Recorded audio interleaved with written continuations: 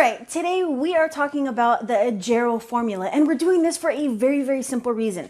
It was requested in my comments and a couple of different emails for me to break it down even more in one clip and make it so that even a fourth grader could understand exactly what I'm talking about. And that's exactly what we're doing. So if you have late payments, collections, foreclosures, repossessions, bankruptcy, judgments, tax liens, or anything else that you could possibly have on there, like short sales or whatever, then this simple formula can be used to potentially remove that account. And I say potentially because in this industry, there's nothing that's guaranteed. And if anybody tells you otherwise when it comes to forcing the bureaus or the creditors or the collectors to do anything, then it's 300% BS. I call BS. All right. So the reason that we're doing this right now is because I have a couple of people who wanted to purchase one of my books that breaks this down and gives a bunch of examples, but they didn't understand what it was to begin with. All right. So this is for you. All right.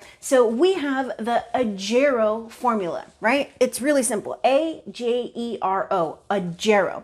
Okay. And this is a term that I coined because it tells you exactly how to dispute, right? So when you're looking at your credit report, you go and you break down your credit report, and that's my puppy playing with something down there. So basically, all you're going to do is pull your credit report, you're going to look at your account, and you're going to determine why the account should be removed, right? So we're looking at things like the balance, the date last active, the date last paid, the notice of dispute, or the lack of notice of dispute, the failure to change the date last reported, so on and so forth, right? And then everything that you could possibly have down in the payment history at the bottom of your account, okay? So once we determine what it is that's going to give us the best possible chance to remove that account, we're going to write our dispute reason. And that's when we're using the AJERO formula, all right? So I made this really simple, all right? We have action such as delete or remove or even update, anything that's going to tell them the action, what you want for them to do with the account, right? If you are attempting to remove late payments, you're going to say update or remove. If you're trying to get rid of the account, you're going to say delete or remove, okay? Delete this account for inaccuracy, remove this account for inaccuracy, blah, blah, blah, because blah, blah, blah, all right? And then we have our justifier, which is because. I'm not gonna go into a long story about why we're using because, but it's really simple. When you explain the reason why you want something to happen, 9 times out of 10, it's going to make it significantly easier to get what it is that you're asking for, such as trying to cut in line, right? My kids are out in the car with my husband and they're driving them and saying, can I just cut in front of you? I only have one thing, right? If you don't put the because in there and explain that your husband's out in the car with the 2 kids, then they're just going to say no. Like, screw your one item, dude. Like, you got to wait in line, right? I wait in line, you wait in line.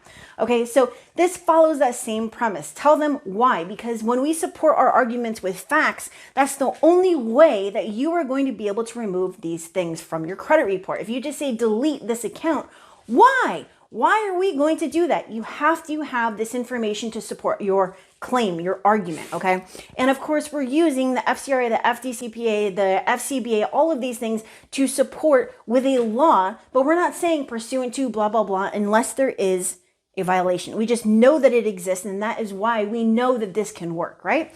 All right, so now we need to tell them the element. What element in this account is inaccurate?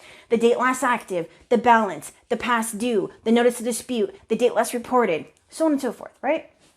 And then we have our reason. What's your reason? Why is the date last active? Why is the balance? Why is the past due inaccurate? This is where you're going to go and look at the account and extract those facts and plug them into your dispute reason, such as these 3 different dates. TransUnion shows this, Equifax shows this. You know what I mean? So if you don't put those facts in there, then you have a very high chance that your dispute reason is going to fail, okay? And then our outcome. All right, so the outcome is generally used for disputing a late payment, right? Remove this late payment and update to paid on time, never late, right? So this is generally for a new status, okay? So now all we're doing is taking the facts from the report, plugging them into the dispute reason or into the formula, and outputs our dispute reason. We're just putting the whole thing together, right? I mean, this is really simple. It's the same as learning algebra or calculus or simple math. You have a formula, you plug the numbers in, and you're going to get the right answer. This is no different, okay? So when we put our entire dispute reason together, our action is delete this charge off for inaccuracy. The justifier is because the element is date last reported, shows, and then we have the facts, which is the reason, date on TransUnion, date on Equifax, and date on Experian. You don't have to say and do anything else. You already told them, delete that count, right? So the entire thing goes, delete this charge off for inaccuracy because the date last paid shows date on TransUnion, date on Equifax, date on Experian. It is really as simple as that. I'm telling you, I use this because it works. If it didn't work, I wouldn't show it to you because it's the same thing that I'm using for my clients and they're getting results, right? Obviously, the same thing doesn't work for all people, right? But we're not using the same thing. We're using a formula that has been proven to work year after year, deletion after deletion after deletion after deletion. And I can't tell you about what works for other people. I can only tell you and show you and prove to you and teach you about what works for me and my clients, okay? So in 2020, we had 20,000 deletions, right? It was significantly less prior to that. 2019, I think it was only like 8,000. 2021, there were 23,000 deletions. Obviously, we don't have the numbers for 2022 yet. That is going to, I'm going to give you those numbers January 1st, okay? Well, technically 2 weeks into January because that's when I will have updated all of the December files, all right? So anyways, does this work? Yes. Can it work for you? Yes. Can it work on collections? Yes. Can it work on debt by collections? Yes. Can it work on bankruptcy? Yes.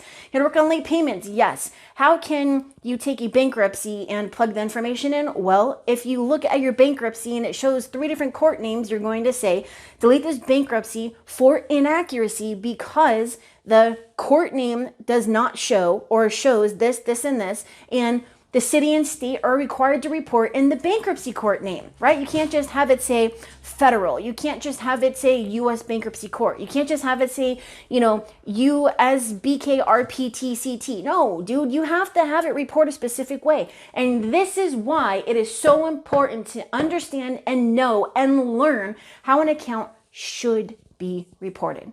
Right? Because if you don't know, how are you going to know that, the date last active is supposed to report like this? How would you know that the date last paid is more important than these other things, like, down on the hierarchy?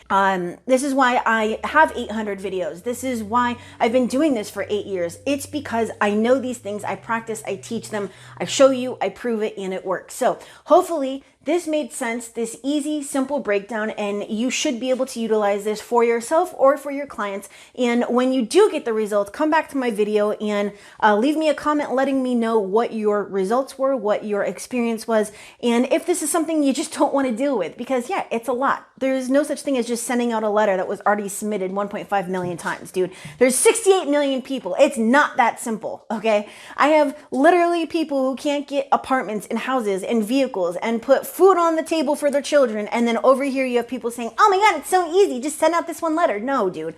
No. Go tell that to the 68 million people. Go tell that to the military who call me on a satellite phone and, have more important things to worry about. I don't know, like being alive, staying alive, fighting for their country than they do, having to fix their credit. Wouldn't it be given to them and law enforcement and stuff and to the actual government prior to the regular consumer? Yeah, and you're not just going to wake up one day and find the answer to literally everything that you could possibly need when it comes to finances right here on YouTube. I mean, just go figure, right? So no, invest in yourself.